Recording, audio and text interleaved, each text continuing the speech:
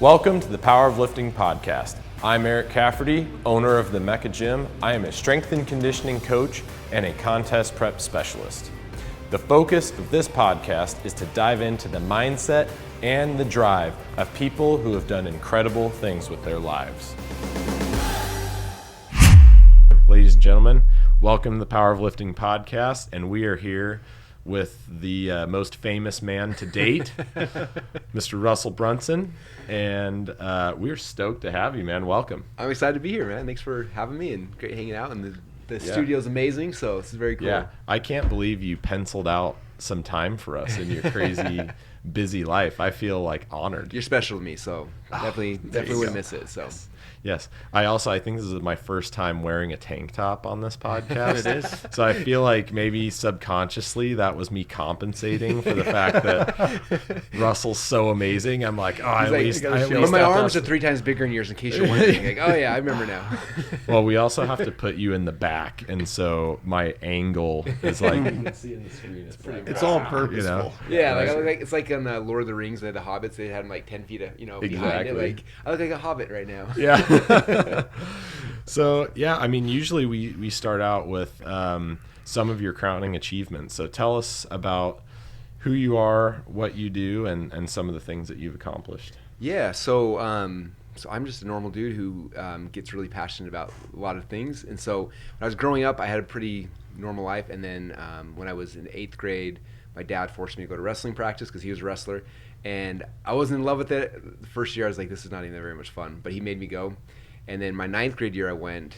And I remember the first time we had wrestle-offs, which is like the scariest thing, right? Because so I had wrestle-offs, and I wrestled this guy who was a junior, and he'd been JV the year before. And somehow I beat him, which was like exciting. But that meant I had to wrestle like on the JV mat, which means on the gym in front of like people. And I remember going to weigh-ins that day, and first time I'd done weigh-ins before, and which is embarrassing as a freshman kid. You show up in your tighty whities and just get on the scale. Yeah. And I remember I got on the scale, and then the guy I was supposed to wrestle got on the scale, and he stood up there, and he looked like he was like a 20-year-old man. He had a mustache. I still to this day can't grow a mustache. And I remember looking at him, and I was like, oh my gosh, this guy is gonna kill me, and I was so scared. And then I remember an hour later, up on the gym on the mats, and we start wrestling. I remember shaking his hand and just being so scared. And we started wrestling, and I don't remember what happened. I just remember the end. We got done, and I didn't know who won or who didn't win. And we shook hands, and the ref raised my hand. I looked up. I saw my dad. Like he was like the one dude in the audience, jumping up and down. And I was like, "This is the greatest feeling I've ever felt in my entire life." Like I remember sitting there. I was like, "Okay." And that day, I became a wrestler, and I was like, "This is all I care about." And I just went deep on it and focused on wrestling for the next, a decade or so of my life. I was a state champ in high school. Took 2nd place in the nation in high school. Wow. And wrestled a year at BYU, and then they cut the wrestling team. And then my last 4 years at Boise State. I was ranked in the top 10, but I never placed at nationals, and so that was my wrestling career. Amazing. And then that's awesome. When wrestling got done, which is kind of a funny story, my wife got pregnant at the same time, and so then I started eating with her, and then I blew up like 40 pounds, actually probably more than that, probably 40, 50 pounds I grew.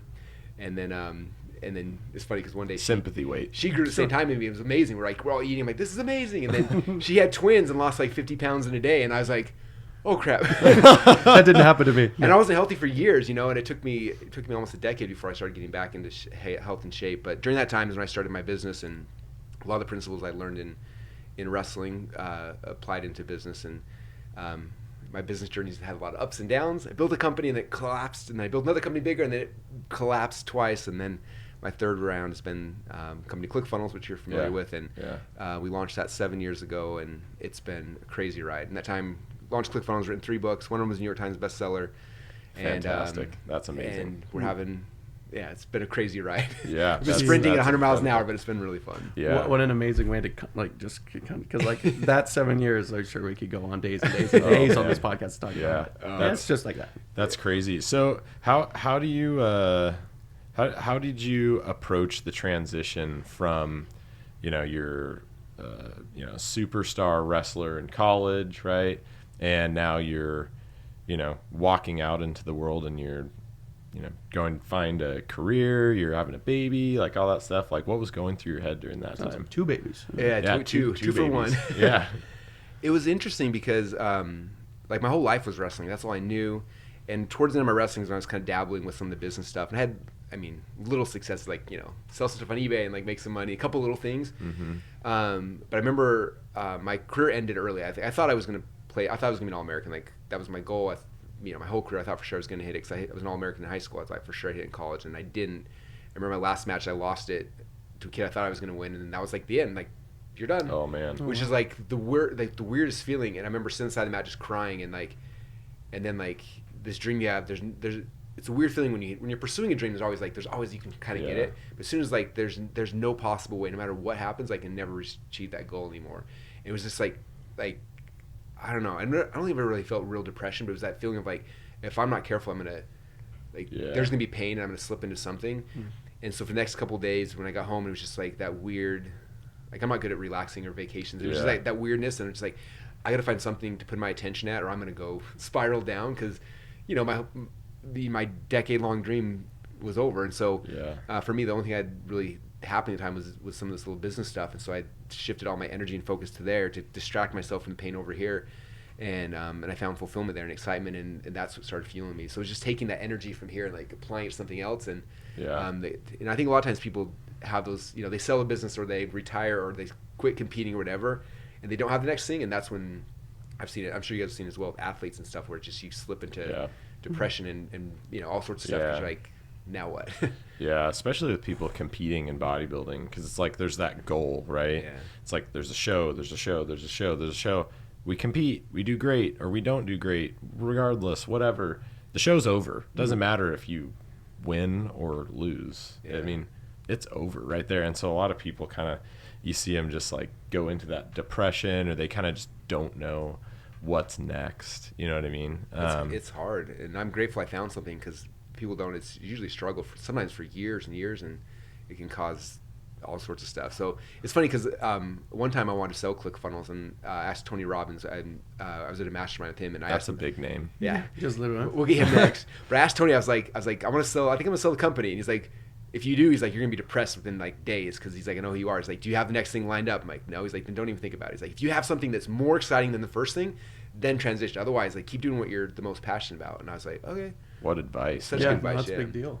Yeah, that's crazy. How many people have sold a business or done something, you know, finished it, and then it's over, and you're just like, huh, that's, you know. You don't think about the next. Yeah. So what would you say your crowning achievement is of all of this? Like, I mean, and we'll get in more into the business and things like that later, because I'm sure everybody that doesn't know you wants to know, and the people that don't, or that do know you, want to know all the, you know, all the nitty gritty about that stuff. But what would you put as your crowning achievements? It could be life, business, any of that. Oh man. You know, I believe it's true for everybody. So anyone listening, I think I have a belief that everybody, that God calls everybody to serve a group of people, right? Like, I feel like everyone, if you've ever felt that tug before, like, I call it the entrepreneurial, like, call the contribution, that pull, where like, I want to, like, there's this podcast, there's people you guys feel like you need to serve, right? You started a business because of that. Like, we all have that. I think it's a God-given feeling we get, where it's like, you're called to serve this group of people, right?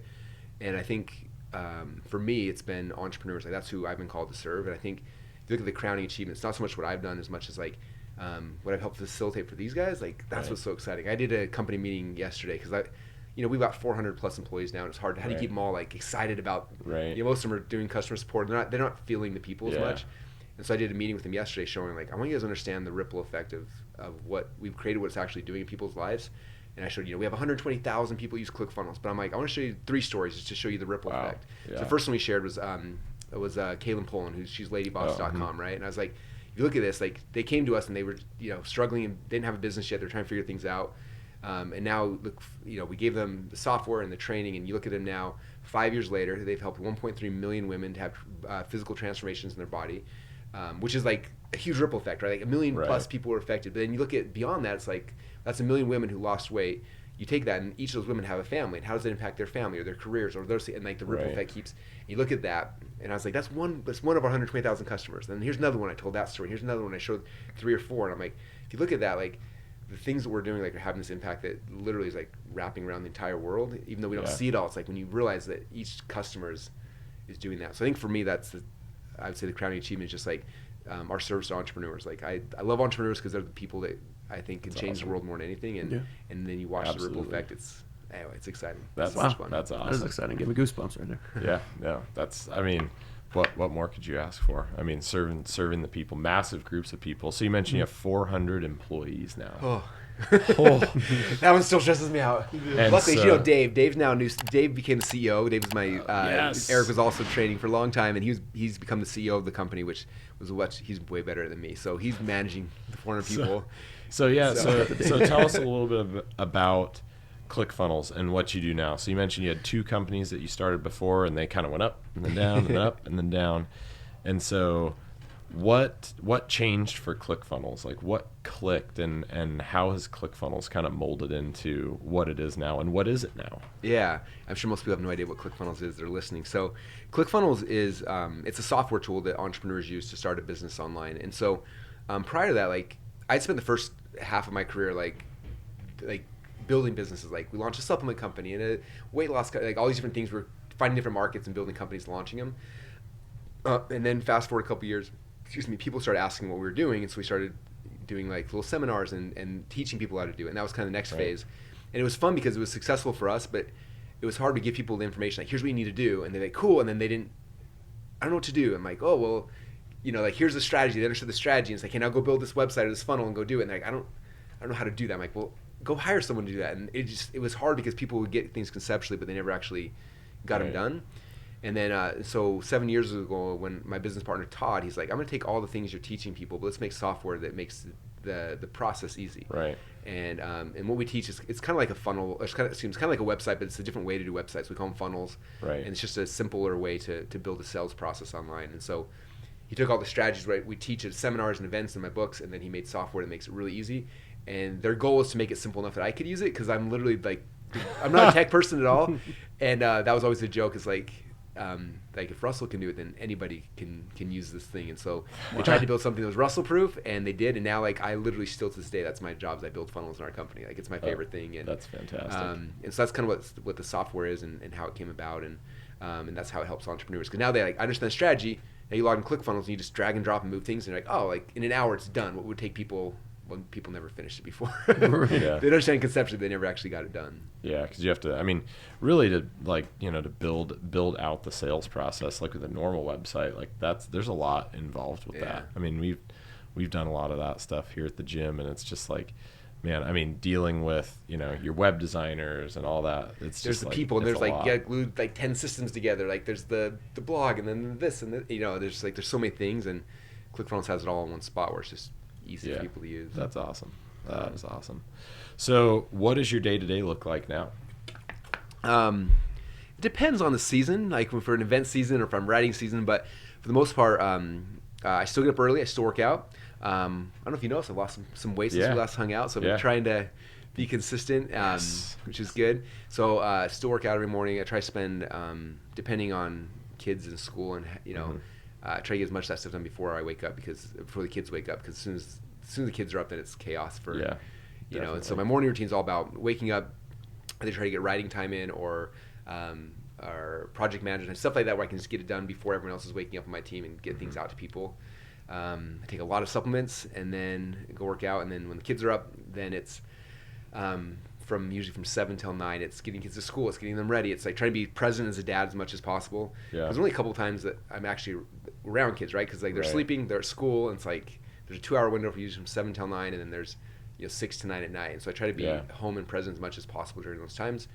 And so 7 to 9 with the kids, as soon as they're all off, and usually I try to drive the kids to school, even though the older kids now are in high school and they think they're too cool for me to drive them. So I try to be with them as much as I can, and then as soon as they're dropped off, then I head into the office, and I've got a team of people there, and we have a list of stuff, and we crank through things as fast as we can, and until usually 5:30ish, and then head home and spend the rest of the family, and that's kind of the day. Well, and the crazy thing to me, I know that, you know, when I was training you guys, you know, we'd obviously early morning stuff, we'd, you know, between you and Dave from 5 to 7, I'd be over there, be hustling, trying to get as much work done as possible in that time, make sure, you know, you guys are getting up, getting to it, all that stuff. But, you know, the impressive thing to me is that, you know, with all of the things you have going on, you know, you've still stayed very focused on getting your own workouts in, and being health conscious, like you mentioned, taking supplements, being responsible with your nutrition. Tell us a little bit about what part that plays in your life and why, because the other thing too is you work more than anybody else that I know, really. I mean, you're one of those guys that, you'd send me messages at like 3 a.m. and be like, hey, I can't make training. Like, I got to go to bed. And I'm like, I haven't slept in 3 days. I'm going to miss tomorrow. Yeah. I'm like, man, do I go pound on this guy's door and be like, hey, this is what you paid me to do? Come on. Or, do I let the man sleep? Because that's arguably the number one priority with fitness is getting sleep. So, yeah. I mean, you're working all the time. You're working late into the night, around the clock. So what does fitness mean to you, and why have you stayed so plugged into it? Yeah, so this is actually, I think, kind of interesting. So when I got done wrestling, I told you my wife and I gained a whole bunch of weight. She had babies, got skinny again. I was like, oh crap. But it was interesting because at that time I started, that's when I started my business. I was working, and I didn't know that I felt bad. I had no idea. Like, I was just like, this is how you feel when you're not wrestling every single day. Like, I had no idea. Sure. And so for like 8 years I was working, and I was 225, 230, like, was my weight, probably 30%, 40% body fat. Yeah. And I was just like, I didn't know, but it didn't matter because I felt fine. But I didn't know. Yeah. And then 8 years in was the first time I was like, I have to do something. I started looking at pictures of myself, and I was just like, it's when I started kind of speaking on stage a little more. I see the pictures afterwards. I'm like, that's not what I look like. Like, is that what do I look the like? camera lens is off on that. Oh yeah, like in my head I still look like I was competing. And keep in mind, you were speaking to how large a groups of people. I mean, this is like no small anywhere feat. from 500 to the biggest event I spoke at is 35,000 people. So Good night. yeah. That's a lot of people. That's a lot of it was people. in the Marlins Stadium. It was insane. It was like the whole baseball stadium. It was That's awesome. It was awesome.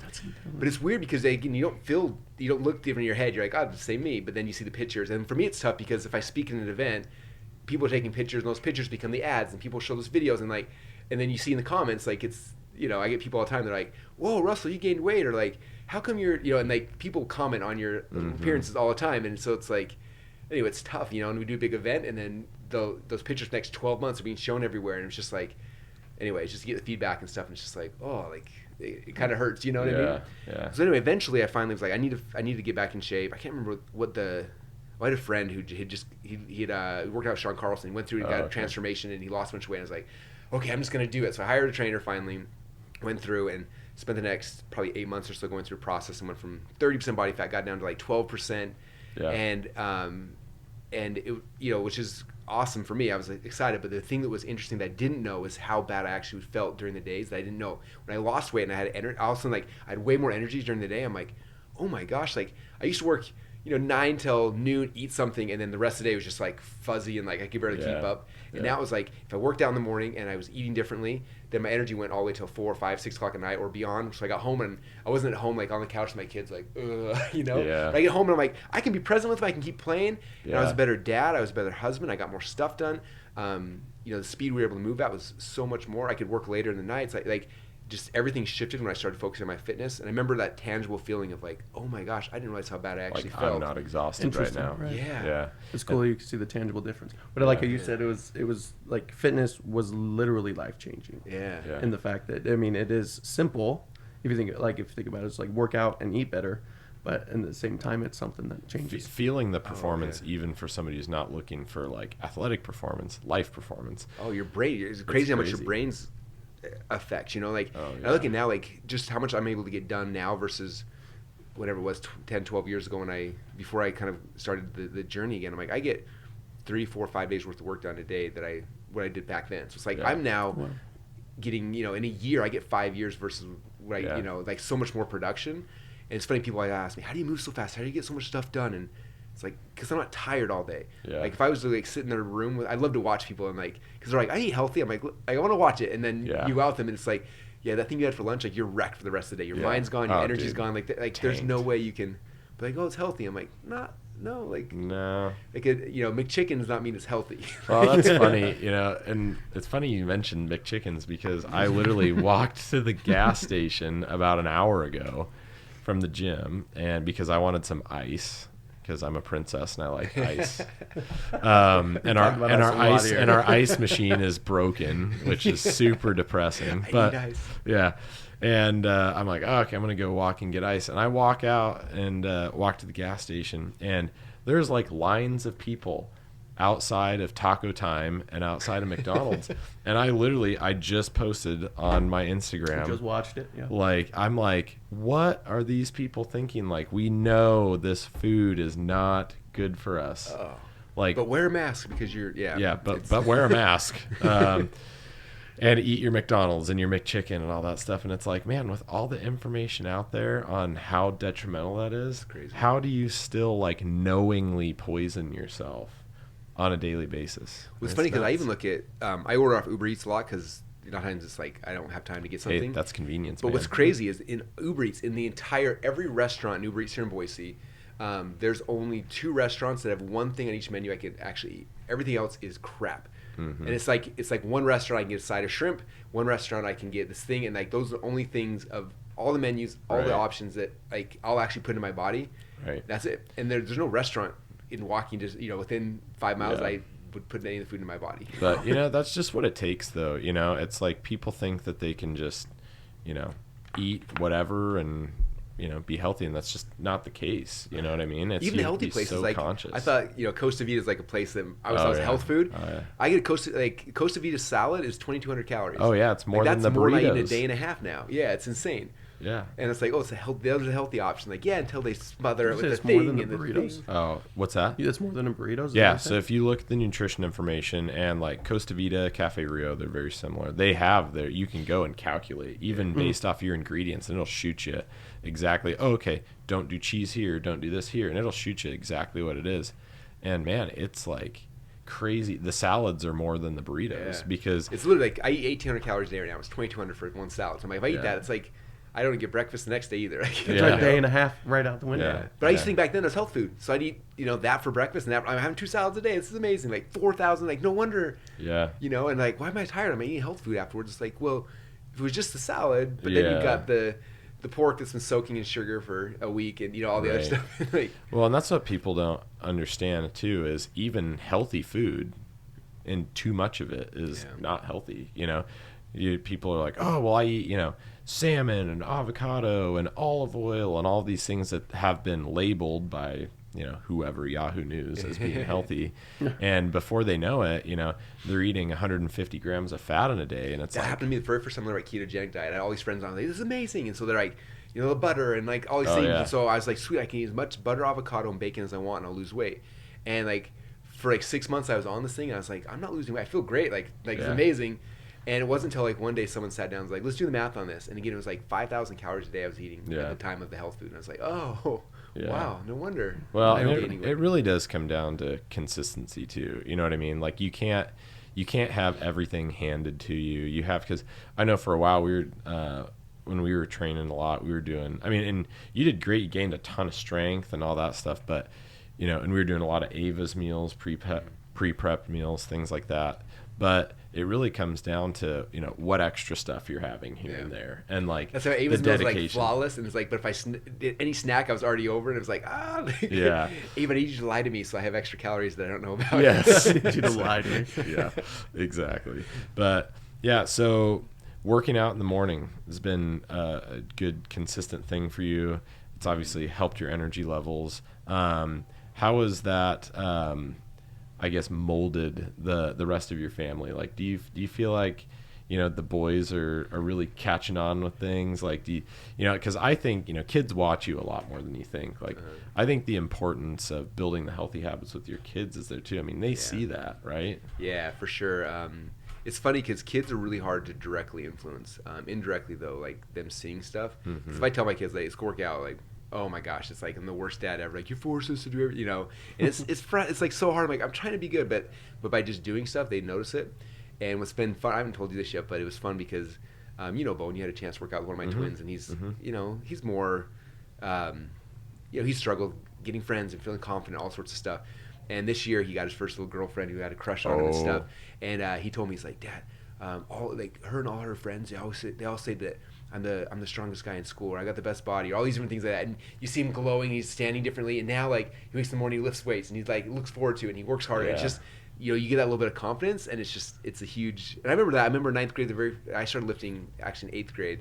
I remember the first time I was able to do a bar with 45 pounds on a bench press, like I thought I was the man. I remember going to the gym, and like when girls would walk by, I'd set up, wait for them to walk by, and they'd do it, just thinking like how tough I was. And it's so funny looking back now, but that confidence is such a big booster. It's a huge deal. You know, and Ellie just started lifting this week with the soccer team. She never wanted to lift. She thought it was dumb. And then this week she's been lifting, and she's like, I'm so sore, but she's doing it now, and it's just kind of fun seeing her like, so you think this make me faster? Like, well, this, I'm like, yes, I've been telling you that. But now she's experiencing it, and anyway, it's fun when you see again, it's the fruits of these things. It's like, it's hard to do it, and the fruit of it afterwards is so cool. Yeah. Well, I remember one day the twins, Alan and Bowen, I was at your place training them, and we were probably squatting or something like that. I can't remember, but you know, they're 14-year-old boys. They're, you know, dinking around, trying to play on phones, things like that. I'm like, all right, that's it. You know, and they're like, what? What's going on? And I'm like, on the mat, you know, and your wrestling mat in there. And I stood in the center circle of the wrestling mat. I'm like, all right, try and get me out. If you guys don't get me out, you're running laps. And they're like, oh no. And so I went over and stood in the center, and they're like thinking, oh, this is going to be fun. This is going to be great. And I think I probably tossed both of them about all the way across the mat. One in each arm. Yes. And their face was just like, oh. And then that was the worst mistake I ever made, because the next day I come in and you're like, so Bowen said that you could beat me in a wrestling match. I'm like, oh, when we wrestle, let's find out. Oh no. What did I was like, Dad, Eric could totally kill you in a match. I'm like, okay, let's find out. I'm like, oh, slow down a bit. Bud. What have I gotten myself into? Just because I can kid toss you further doesn't mean I wrestle. Like, come on, kid toss champion on a wrestling team. Yeah, this is different sports. Yeah, different sports. But anyway, so that was pretty funny. But that's awesome. So, what would you say you're most obsessed with today compared to what you were most obsessed with from before? You just transfer those obsessions from wrestling to now business, or? Yeah, it shifts, and it changes all the time. Like for me, again, my part-time job is that I like to write books. I actually hate writing, but like I like the process of writing. Yeah. And so right now I'm writing my 4th book right now. And it's my first like personal development book, which has been fun. Oh, so that's awesome. It's given me a really cool outlet because I've always been into personal development, right, for the last 15 years pretty heavily. Like I've done the events, I read the books, but I've never had to try to like take, you know, like my version of those things and turn them into something I can explain to people and show people and stuff. Yeah. And so for me, it's been fun because as I'm writing, it forces me to deep dive into these principles and these thoughts, and like think through like what I do and what I believe and why I believe those things and why those things have had effects on me and stuff. And so for me, that's probably the thing I'm geeking on the most right now, is just the personal development stuff. That's awesome. And it's fun as I'm going back through it and like trying to reflect on all these things I've been playing with over the last few years. It's fun because you start recognizing these patterns, and whenever you see a pattern, then it's like you can double down or triple down these patterns. Yeah. And so it's fun because I'm learning these different things about myself, and you know, a big part of it's just like my eating. Like even as I was getting more back in shape, I didn't have a consistent eating pattern. You know, It's like how do I get something consistent that I can consistently do that I'm gonna like, that's gonna be enjoyable? And it took me, I don't know, 4 or 5 months to figure that out. Now I've got this thing where it's down, it's figured out, it's consistent, and my weight's come down, my energy's up, and it's like, but it's not every day I have to rethink the thing. I've got a thing in place, you know. So it's figuring those things out. It's figuring out like how do I keep motivation up? How do I influence other people? Like just those things that. Anyway, that's like my thing I'm geeking out on the most right now. Yeah. And I'm not sharing the title of the book yet, but the subtitle is The Science of Achievement and the Art of Fulfillment, because that's the two things that you know. A lot of times people, and I think mostly achievers, always believe it's like, if I achieve this thing, then I'm going to be happy. And we have this weird thing where we achieve the thing we wanted, and we're like, I'm not actually happy. Like, oh my gosh. And what's interesting is like, there's a very formulaic, like scientific, like how do you achieve something? Like these are the steps to achieve that thing.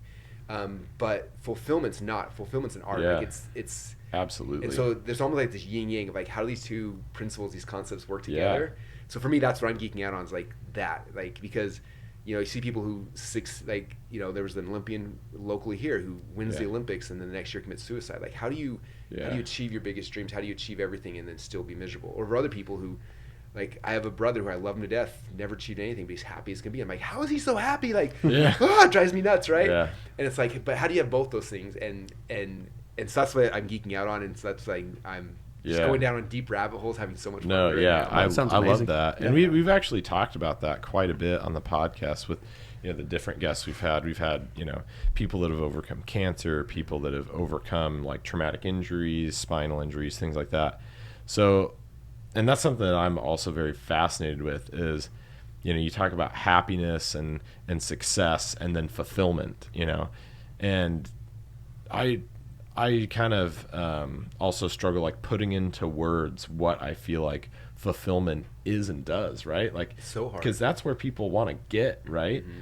So give us some tokens here, like you talk about climbing that ladder of success and then also achieving fulfillment, that yin and yang. So what's your take on all that stuff? Okay, so this is something, I'll share a story that'll kind of illustrate the interesting about things. So if you ask any achiever, like the path of success is that's why I call it science, because it's very simple. Right? If you want to have arms like yours, it's like, okay, eat these things, lift these weights for this period of time, and within 3 years, 20 years from now, you'll never look like Eric. But you know what I mean? Like there's a process, right? Like you have clients come in, there's very much there's a scientific process to get like this is the result you want. Cool, here's the steps. Right. And so again, most of us achievers like figure out in anything, in wrestling, in business, like what's the steps, what's the formula? Right. Let's go, and you go and do it, and you get success.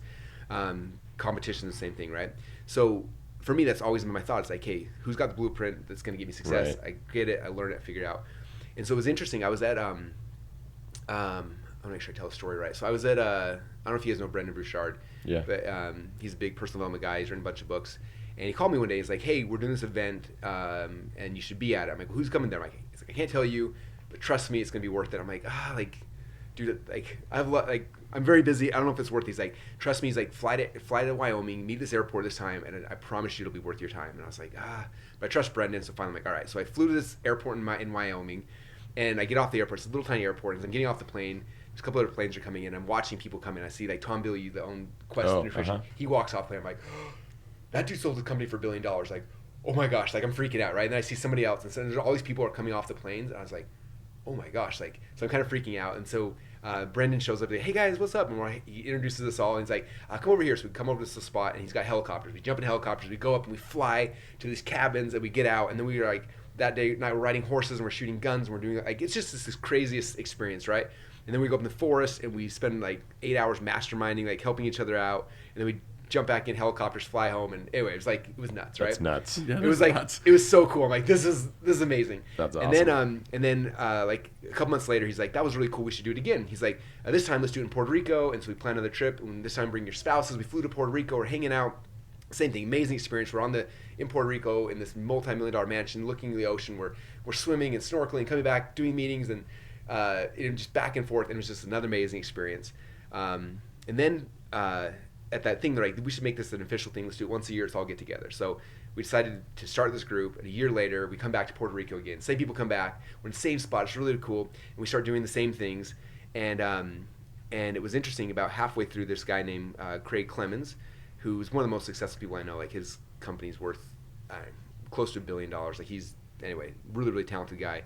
And he stood up and he's like, hey guys, before we do anything, he's like, I think we should all go skinny dipping tonight. And we're like, wait, what? He's like, yeah, like we should totally go in the water and go skinny dipping. And we're like, dude, like we're here with our wives and our kids. Like my kids were there, like that's weird. Like, what are you talking about? He's like, well, I want to step back. And this is the principle. He said, most of us are achievers, and it's like to achieve success, typically it's like we have routines, right? Where it's like every morning, this is my morning routine, this is my afternoon. Like we have these routines and we have these rituals and these things we do. And it's like they're amazing. That's what helps us to get successful. But it's like the problem with routine is our brain looks at routine, and what happens is if you wake up every morning at 7 o'clock and you lift the weights every day at 7 o'clock, your brain starts looking like, oh, this happens every day. I don't need to remember this, and starts deleting things. Mm-hmm. It's like literally, it's like over time, people always say, oh, seems like my life is getting shorter. And it's like the reality is it actually is, because your brain's taking these big chunks of time that you're doing the same thing every single day. It's like I don't need to remember this, and deletes it, and so your memories disappear, and your life literally is speeding up. And he said, the first time we hung out as a group, we flew helicopters and we had this amazing thing. And I remember he called it an event horizon. He was like, an event horizon. He's like, I will remember my life before the Jackson Hole trip. I'll remember it after. And that was an event horizon. And then next year we were in Puerto Rico and we did this thing. He's like, it was such an amazing experience. I remember everything. I remember the taste, the feel, like everything. And it was like, again, I remember my life up to that point and after, because it shifted it. And he's like, now we're back in the same spot.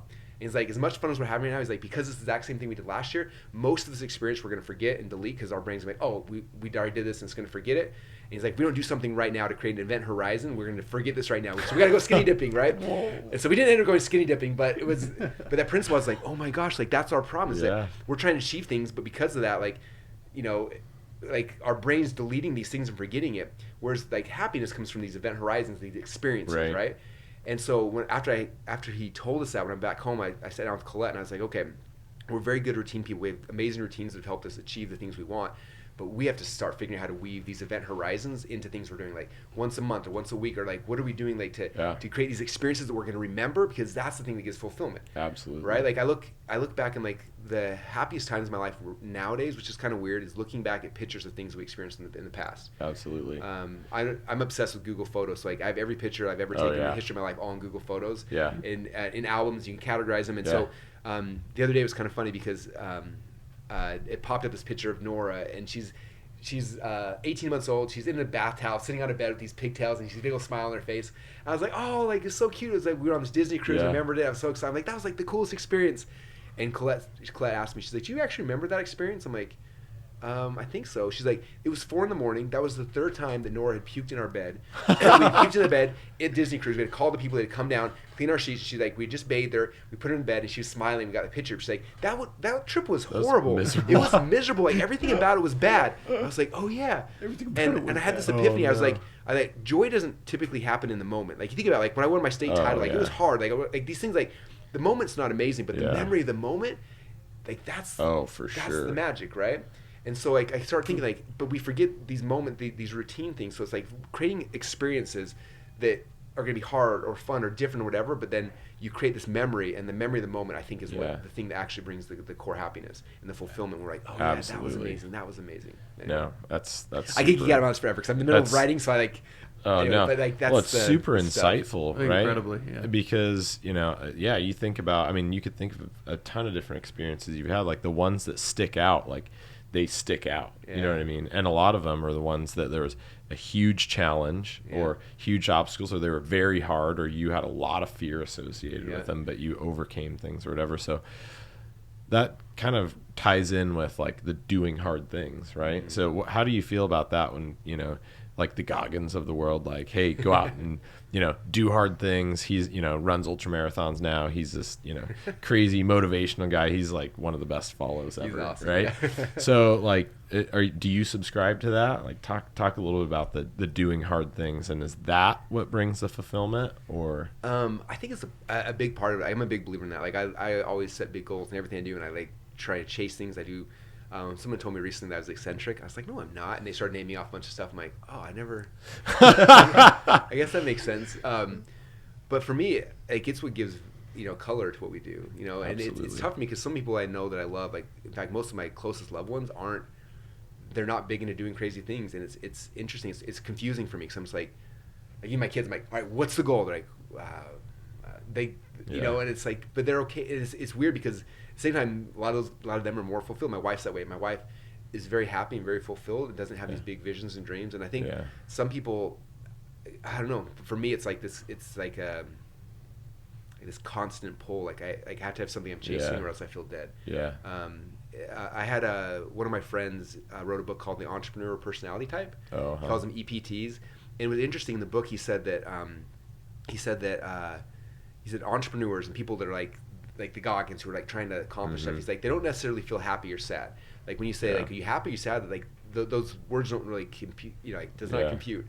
What we feel is momentum or lack of momentum. Like if we're moving in a direction, like that feels good. If we're like stuck or not getting momentum, we feel like something. It's not sadness. It's just like it doesn't feel good. And so I think if that's you, if you're an EPT or whatever you want to call it, like someone like that, you're momentum based, like you have to have those things. You have to be chasing them. Yeah. Because it's what gives color to life. Like totally. I take a day off and I want to kill myself. I'm just like I haven't moved. Like nothing's happening. I did a video that went viral a couple of years ago called why entrepreneurs suck at vacations. And it was just like, I'm on vacation right now. I'm miserable. Everyone's having a good time except for me. And I was just like, this is the secret to how you trick your family. You put headphones in, you listen to audiobooks while they're all like doing things. And that way at least you feel like you're accomplishing something and you don't stress out the whole time. Yeah, no, I can relate to that full-heartedly. And it is actually, that's funny. You mentioned momentum. It's that constant forward state of feeling like you're getting to a better place or a new place or a new adventure. And you're always challenging yourself. Like, it's funny, as soon as you're done like putting together a project and it's running, it's like it's not interesting anymore. Right? It's like when you're a friend of mine, we actually talked about that with building guns. It's like you have this idea. This is a very simple illustration of this concept, but you have this design, right? It could be anything, whatever, right? But for us, it was guns because that's what we were talking about. A gun? That sounds amazing. Yeah, right? Exactly.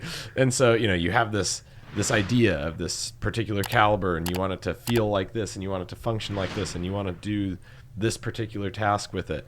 And so you order all the parts, and then you put it together, and then you fit it together perfectly, and then you put an optic on it, and then you paint it, and then you know all of these different things, right? And then you do the load development. You do, you shoot it, you sight it in, you get it zeroed, you test it, you do all the dope, and then you have this gun that's sighted in, it's ready to go, it's all done, everything's perfect, and you're ready to go shoot it, and you feel confident that it is perfect at doing its task. And now you're working on the next design because now that project's done. It's done. It's fulfilled its job. It's functioning perfectly. Done, It is. That's it. And now we want to do the next thing. So. Something interesting tied to that.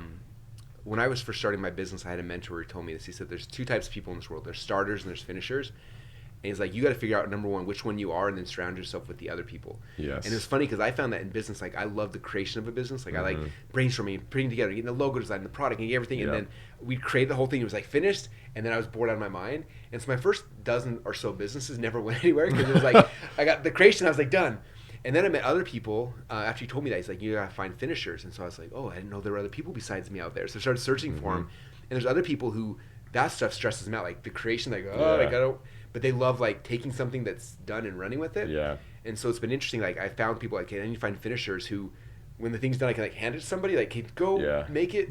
Like, go shoot it and make sure it works. And, whatever it is. Turn the wheel. And that meant everything to me. Because then all of a sudden, like, I could do my creation part, hand it off, and then there was somebody else to run with it and let it live beyond my attention span. Yeah. Which was really interesting. And so that's kind of. Anyway, just kind of an interesting thing to look at too is like, can you find people that complement our weaknesses? Right. Because we do, that's like, then a lot of times the ideas or the creations you make can live beyond what you normally do by yourself. Yeah. Anyway. And realizing that sometimes it takes a team. You know, you can't do everything yourself. I think a lot of entrepreneurs, especially, like they think it all has to be on them, and they want to do everything. And man, from personal experience, that's very hard and stressful, and not necessarily, you get tied into things you don't necessarily want to do, right? So speaking of hard things, I want a camera reaction. Uh-oh. Oh, no. Oh, no. No! Get that out of here. So, I still have nightmares about this thing. Speaking, you guys doing here live, right? Oh, yeah. So that's the first one's on camera? Yeah. Oh yeah, so we did this when we did the pilot episode. We basically we both ate a chip and we horrendously died. And I thought it was one chip challenge for those listeners. It was way worse than I thought it was going to be. Eric's like, "Oh yeah, this is really easy. You guys should try it." So right after we do this, I immediately messaged Russell. I'm like, dude, you guys, you and Dave got to do this chip. You've got to eat this chip. Yeah. It is the best. It's the best. And so Dave and I, like, neither of us can say no to anything. You challenge anything, we're like, oh, yes. Like, everything in your body's saying no. You're like, yes, I would love to. Well, I had watched you eat spicy wings, like, live on somebody's video, right? Or you had some spicy. That was the same. I showed up some guy's thing. He's like, hey, guess what? We're doing a spicy wing challenge. I'm like, that sounds horrible. Let's do it. Yeah. So I legitimately went over to Russell's house and brought a bunch of these horrendous chips. Those can't see it. It's one chip in a coffin. And it's in a coffin, It literally it's in a coffin. And it's one sealed. Big black chip. And there's one chip sealed in a plastic baggie in this chip container. And it is sealed for a good reason. It is the most horrendously spicy. And it tastes terrible too. There's really nothing good about it. The funny thing is, when we did this, I immediately thought of Dave and Russell. I'm like, oh, I gotta get these guys on the horn, get this on video. It's amazing. Oh my gosh, and it was hilarious. I will never forget. Man. Oh man, it was bad. Like, and I got one of my kids, Dallin, did it with us as well. But it was funny because like we don't drink milk, so like I think you're supposed to have milk to like neutralize it. Mm-hmm. But the thing was like number one is like you eat it and then see how long you cannot drink without it. Yeah. But it's crazy. You put that chip in your mouth, as you guys know, it sucks the moisture out of your mouth instantly. Oh, and so it gets stuck in your mouth and your tongue is like, and you can't swallow it down because your body's like freaking out. And so you're trying to like get saliva enough to swallow it down, so it starts slowly getting down. It's like coating your throat and then your internals and everything. And I think I lasted like 3 minutes. And I just remember I've never done drugs.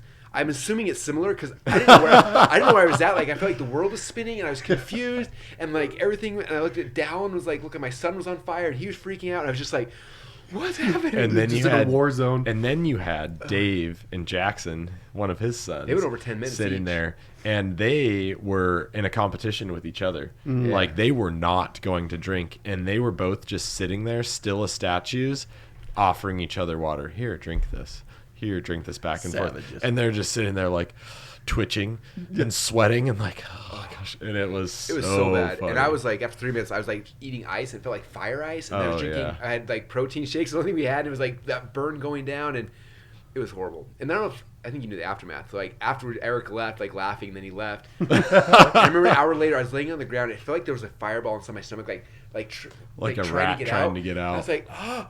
And I ran to the bathroom and puked for, I don't know, I felt like 20 minutes, like just puking, and it came out, and then I was like fine afterwards, but Dallin didn't, and so Dallin, that night, he was laying in bed, like cold sweat, or like hot sweat, like sweat, and anyway, for him, it burned through. He felt every single intestine it went through, and the next morning when it came out, and it was like a 24-hour process for him to like get back to normal, and I was like, Eric, you are the worst friend of all time. I'm so sorry. You'd never come back. I know. But we did it, so, and it was awful. actually a really cool experience, but it was horrible. I will never do that again under... Yeah. That's one of those that you have to chalk up to experience, though, right? Like you'll never forget that. No, I will never forget that. I'll never forget when Hunter and I did it. I was sitting right here, and I was like, just rocking, going back and forth, like I'm gonna die. Yeah, it was bad. Die. Oh man, but funny, nonetheless. So back on track. For all those who want to try it, one chip challenge, just go to the We're selling them at the website. So to change gears, if somebody is stuck or struggling, what words would the Russell Brunson give them to get out of their funk? I'm assuming you're talking about in any aspect of life. In any it aspect could be of relationships, life. Yep. could be. I think the biggest problem people have when they get stuck, and I see it in cycles in entrepreneurship, I see it in other things, is that people get so obsessed, or not obsessed, but like looking inward, like. The business owners I know that struggle are the business owners who are trying to figure out how to make money, which doesn't make logically like, oh, it makes sense. So we're in a business, we should be trying to make money, but it's always the opposite. When they shift from like how do I make money to looking outward, like how do I serve other people, that's when they start making money. It's a weird thing. I think Zig Ziglar said, you can get anything in your life you or if you help. I'll mess up the quote, but basically like you can get anything you want in this world you want as long as you help other people get what they want. And it's true. So like in business, it's like when I get entrepreneurs to shift their focus from like how do I make money, how do I, to like no, like that's money's the byproduct. You got to figure out how, like, who am I called to serve? Let me find those people. Let me serve them at my highest level possible. When you do that, then the byproduct then the money comes and all the things you're looking for start coming. In relationships, it's the same way, right? Like the times that my wife and I have struggled in our relationships is when I'm looking at myself like, what's in it for me? What's in it for me? When I look outward to like, how do I serve her? Then magically I get what I want. Like it's the weirdest thing. It's backwards in our psychology, and I think it's true in any part of your life. So I think it's really coming back to us figuring out like how do we stop thinking about ourselves, which is hard because all humans are built as selfish people, right? Like how do we stay alive? How do we? But success comes when you flip it and figure out how to serve people, right? Tony Robbins, when he sees people going through depression or suicidal thoughts and stuff like that, like the biggest thing they do to give transformations to people is like have them sit down every morning for 3 minutes and think about what they're grateful for. Like that shift of like instead of looking in to looking out, like transforms you. Like it's those weird little things. And so I think it's looking at any area or part of your life you're struggling with, and then being like, what are my thoughts around this? Like, what am I focusing on? It's probably yourself. It's probably looking like, I'm not happy because this. I'm not like, it's those things. 'Cause that's our instinct to go there. And it's that shifting of looking out and figuring out how do I serve people. And all of a sudden it's crazy. Like when I get entrepreneurs make that switch in their business and they fight me like, no, like I got to figure out, like someday I'll focus on that. But right now I got to get money in the door. And it's like, I promise you, when you shift it, the money will magically come. I don't know how. It's just like those weird universal principles, whatever. But that's the key. That's awesome. So you mentioned, Tony telling people, think of things in the morning, meditate, whatever you want to do, 3 things that you're grateful for, things like that. So speaking of that, one of the questions that I like to ask on here is, what is your first thought when you wake up in the morning? Like, how do you set that tone for your day? Good question. It's funny because everyone I know are big into meditation. I've yet to figure that out. I think it's because like I'm moving. I think someday I'm going to get into meditation and then I'll come back and be like, meditation's the greatest thing in the world. As this is how you do it. As of today, I can't meditate. Like I'm just like too much, momentum. So I don't deal with that, but I do pray. And so when I pray, my prayers used to always be like, please bless me with, and I've tried to shift my prayers to literally it's just thank you. Try to think all things I'm thankful for. And so like, I guess that's my equivalent of meditation is like, I'm going to pray and just thank God for the things I'm thankful for. And that's, for me, that's kind of how I do it. So it's in my morning prayer. I try to think of as many things I'm grateful for, and usually, especially things I'm frustrated with, I try to like think about how grateful I am. It could be like my kids, like I want to strangle Dallin because he said something. I'm like, but then I think back, like man, like Dallin and Bone, our twins, came from we couldn't have kids, so we got on fertility, and like they're the biggest blessing in the world. And I think back, like thank you so much for allowing us to have these kids, and I'm like, oh man, like I don't want to strangle them, but they like constantly teach us. But it shifts the perspective, and it's such like a. Like in the days that I don't do that in the morning, I can feel it throughout the day. The days I do that, like it's weird. So I do have that as a practice in my routine. It's like trying to pray about the things I'm thankful for. That's awesome. And so it's an easy one I think anybody can do. That's just makes it easy. That's fantastic. I like that a lot. Love that. So if you could have dinner with 3 people, dead or alive, who would they be? And you can give a why. Oh man. Yeah, that's a loaded gun right there. Yep. Dead or alive. Okay, dead people first because I'm obsessed with old books and old people. So, same. Yeah. Napoleon Hill, Oh, there we go. He wrote the book he's famous for is Think and Grow Rich, which is good, but his best book's called Outwitting the Devil, and he wrote this book where he has this conversation with the devil, trying to figure out like how the devil gets people to become, he calls them drifters, how to become a drifter and not live up to your potential and stuff like that. And it's this dialogue where he's got the devil on like at a courtroom on the stand. He has to answer any questions he wants. Have you read it yet? Have you read it? No, but I'm going to. Okay, so I'll sell it even harder. So he wrote it a year after Think and Grow Rich. And in the book, literally the devil tells him if he publishes this, it'll destroy his family. And he never published it in his life. He lived his life, died. His wife got the manuscript. She read it. She was too scared to publish it. So she passed away, didn't do it. And in like the 90s, or no, excuse me, not 90s, in the 2000, like early, anyway, a couple years, like 10, 15 years ago, the Napoleon Hill Foundation found the manuscripts, read it, and were like, oh my gosh, this is the greatest thing in the world. Whoa. And then they finally published it. And it's literally one of the greatest, I got chills talking about it. Like, it's one of the best books ever. And you listen to audiobooks, amazing because it's kind of creepy, but like the dude who's playing the devil, his voice is like so creepy, and they're going through this debate, and you're just like sitting here witnessing this. It's insane. So anyway, I've been geeking out Napoleon Hill. I'm trying to buy some of his original manuscripts right now. Like I would love to hang out with him because that's awesome. I feel like he's very similar to me. Like he went out there and like learned from a bunch of people, and then took all the stuff he learned and like tried to put it in his words. That's what my books are. My books are I'm studying from all these people, and then I try to put them in like how would I teach this to like someone I cared about. Right. So he'd be really fun. So that'd be probably a personal development person I would love to hang out with. That's awesome. As far as like my spiritual person, like Joseph Smith, who's the founder of the Mormon Church, man, that'd be the coolest thing for me in the world, just to sit down with him and ask about what he did, how he did it. And, that'd be amazing. And then if I could pick a living person, it's funny because Tony Robbins was my person forever, and I worked towards, and I got to meet him, got to know him, and it's been amazing. Yeah, I was gonna say it's really interesting because you're a person that you've had dinner probably with a lot of the people that our other guests would say they want to have dinner with, right? Like one of our guests may even say Russel Brunson on that list. Yeah. You know what I mean? Very like that is not far off or off base at all. No. So it's funny because you have had dinner with a lot of these people that would even come up in conversation topics. So like how do you top like you've had dinner with Tony Robbins and more. You know what I mean? Yeah. So it's like, you know, that's a tough one to answer. But if you can think of somebody alive besides Tony, I think one person would be fascinating to me.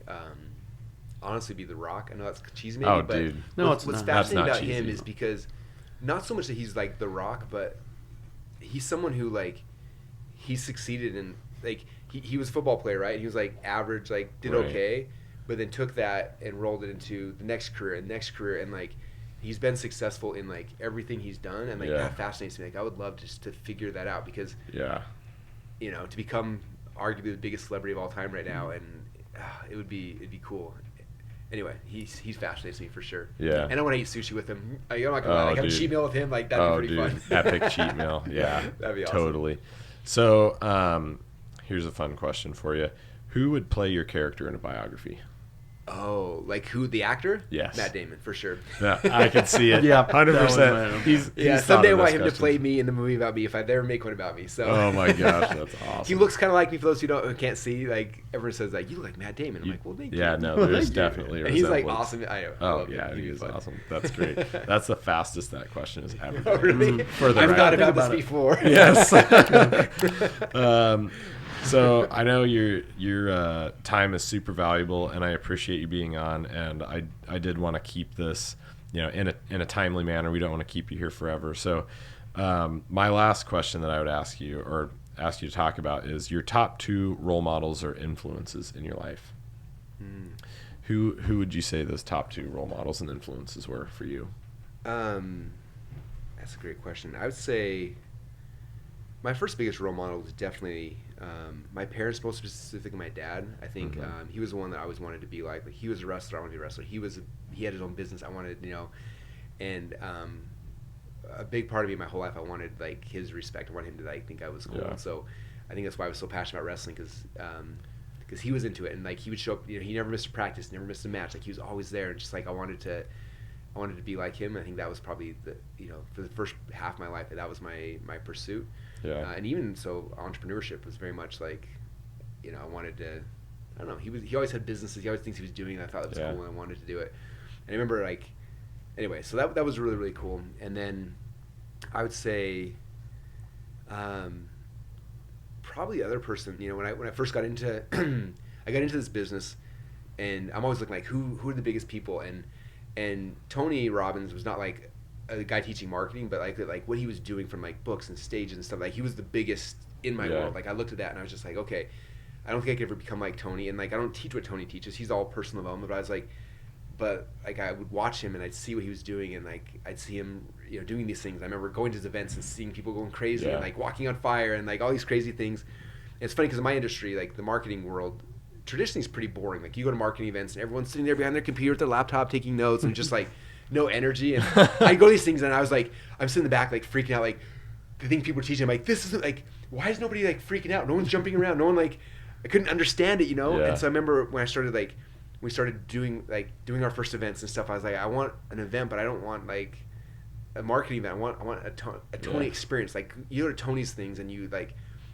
you learn amazing stuff, but you have a transformation. Like that was the biggest thing. I was like, I want our events to be that way, where it's not like you're coming and learning and I got 10 things I'm going to go try today. Like I want people coming and having these transformations. And so we tried to model our events typically, you know, taking the marketing principles of taking these personal developments and weaving them together. And it was crazy because, you know, the first couple of years we did that, I remember people would come and we came because we wanted to learn marketing, and we left like changed. And they said that. I was like, that was the plan. I never said that. That was the goal. Yes. And it was crazy. And then I remember, like my dream always like how cool would have Tony speak someday. And I'd met him a couple times. We'd done some work together, but I was too scared to ask him. And I remember finally, our funnel hacking live in I think it was Orlando. So our third or fourth one was the first time I was like, okay, get the guts up to like ask him. And I was like, hey, what would it take for you to speak at our event? And he's like, oh, I was like, actually, I don't normally speak at people's events unless, you know, but he's like, I'll do it for you, and here's who to talk to. I was like, what? And so I remember the very first event that he came to, and he spoke at it, and it was just crazy because, you know, at the end of the event, they had 4 hours with Tony, and they're jumping around like him and everything, and I remember like he got on this thing, and he went off stage, and I came back up to like to our audience, to our people, and I was just like, I was just freaking out, like, that was amazing. And I remember because everyone, at the time, I think our event had about 1,500 people that would, like, everyone stood up and started, like, cheering my name because I brought Tony on. And I remember it was the weirdest thing. I was just like, I didn't even do anything. Like, he did it all, but they were, like, cheering. I was just like, this is, like, it was crazy. And now Tony's spoken at 3 of our events. He's speaking again this year, but it's just like, awesome. It's become like this capstone now where now it's like the same thing, right? We're bringing the marketing, he's bringing personal development. It becomes this amazing thing. And so I think for me, it's like, anyway, he was the guy I always wanted to be like, and the fact that I have a chance to do stuff with him and work with him, and we had a business together, and just, that's been really, really cool. So I'd say my dad and probably Tony have been the 2 biggest. That's amazing. And Tony, like, on top of that, like, he helped me at a time in my life when I was, my wife and I have been married about 7 years, and we were struggling. And we been married for 7 years. That's about the hard time when everyone starts struggling. Yeah. And we were, like, stuck and confused and know what to do. And that's the time I met Tony, went through his events, and Colette went through his events, and that, like, it literally saved our marriage, changed our life, and, like, it's like, anyway, because he had, you know, I don't know, literally changed my life. It's just like, it's another big piece of just like, oh man, I want to do it. I want to change people's lives in my own way, like he did for me. And no, I'm stoked about this personal development book I'm hearing about. Yeah, really. Awesome. Yeah. Hopefully it's not let down. Yeah. No. Well, it's kind of fun about it because there are a lot of principles I learned from Tony. I remember I was writing the outline for the book, and I, like, messaged him. I'm like, you can totally tell me no. Like, it's totally cool. I'm like, I'm writing my first personal development book, and, like, there's 4 or 5 things that specifically I got from you that I need to share in this book, or else the book's not worth doing. Yeah. But, like, they're your things, and I want to be able to share them. I'll give you credit, but like, are you okay with that? And he's like, again, he messaged back. He's like, for you, totally. I trust you. You can do it. And I'm like, oh, I'm writing a book. I was, like, freaking out. Like, all right, we're writing a book. Tony gave me permission to share some of these like, because there's these core fundamental things I got from him that, and I got him in a way that, like, he doesn't talk about them a lot, but I'm like, these are the things that, like, shifted everything for me. And so, anyway, I'm excited to. That's awesome. Jeez, yeah, that's exciting. Wow, yeah, we'll definitely be sure to plug all that. Your other books are great. I've read them all. Hunter hopefully has gotten to. I gave them to Hunter to read. So since he's our in-house marketing guru, he's been No, the doodles are great. The stories are great. The thing that is the best about, you know, your whole platform is how you've made it so user friendly. I would say, like, from Clickfunnels to reading all of the, you know, just everything that you have to teach. I really appreciate how you do that to, like, layman's terms. You know what I mean? As opposed to a lot of people are like, let me show you how smart I am. Obviously, you're smart. That's the problem I always had. Like, I'd read these books, and I was like, I think this is what they're saying. But, like, and they use big, huge words. And I was like, I don't think you're smarter by using big words. I think you're smarter if you can simplify things. Like, and so I remember I'd sit there, I'd read books and go to seminars and stuff, and, like, I get overwhelmed all this stuff, and so I'd sit down, like, at night in my bed with a pad of paper, and I'd doodle out things. I was like, I think it's what they're saying. I doodle, and I'm like, oh, I think it's what they're saying. And I show people, like, you know, and, like, oh yeah, that's what they're saying. Like, okay, I get it now. And so when I wrote my books, I was like, literally, like, every 4 pages, like, here's a doodle of the concept, because, like, I have to doodle it for me to understand it. Mm-hmm. It's fun because my personal development book, like, all these things are all doodled out as well. And so it's like, that's just how my brain works. Like, it's story in a doodle, and it's like, okay, now I can actually do something with it. I was reading your book, and I was taking notes, and I found myself I was literally writing your book in my notepad because it was so noteworthy, the sections. I was almost like, I don't need my notepad, like the book's the freaking notes. The problem is the books can be lengthy. Right. So it's trying to figure out how to do that exactly. But yeah, it was exceptional. I was like, anyway, shut the notepad. We're so pumped that you came on, man. I can't even tell you. Fun. I'm so grateful to have you on the podcast. Great episode. I can't wait to hear about all your projects. I love the Atlas Shrugged models, by the way. Oh, thank you. Dude, I heard about those back when you were starting to commission they turned out awesome, right? The initial, like, small ones. Dude, I'm pumped to see those take shape. Yeah, so. That would actually be. Sorry, now you asked dead people. I would love to meet Ayn Rand, who's the writer of the Atlas Shrugged book. She fascinates me as well. That would be another person I would love to sit down with. I think we could do a whole podcast on Atlas Shrugged. Easy, hours and hours. Yeah. If you haven't read that book, it's worth it. Especially during COVID last year, because I was working with you a lot during COVID last year, and it was like, dude, Atlas Shrugged. The whole time. It's great. Yeah. Did you finish it all? No. It took me a decade to finish it, so I get it. But it's so good. I'm like a squirrel chasing a nut with books, man. I'm like, one book, the other book. I'm reading like 10 books currently. It's a problem, actually. Well, I read American Kingpin because of you, and that's literally my top 10 favorite books of all time. So thank you for. I've actually well read. I've listened to it twice now, which I don't remember listening to books twice, and it was that good. I would listen to it again, like it was that good. Oh yeah, dude, that was fascinating. Yeah. I read that when I was archery hunting. Yeah. Actually, I literally remember that story because you told me that, and I was like, anyway, yes, yeah, that dude, book was amazing. Yeah, noteworthy for sure. Anyway, well, we can't thank you enough. We'll wrap it up. I know you have things to do. No worries. Thanks for having me, and hopefully, obviously you have a different audience than me, but hopefully, some of the stuff crosses over. Oh, absolutely. Everybody's going to love it. The one and only Russel Brunson. Thank you very much. Thank you for joining us on the Power of Lifting podcast. Be sure to like, comment, subscribe, and share. For more content like this, follow Eric Cafferty and the Mecca Gym on all social media platforms.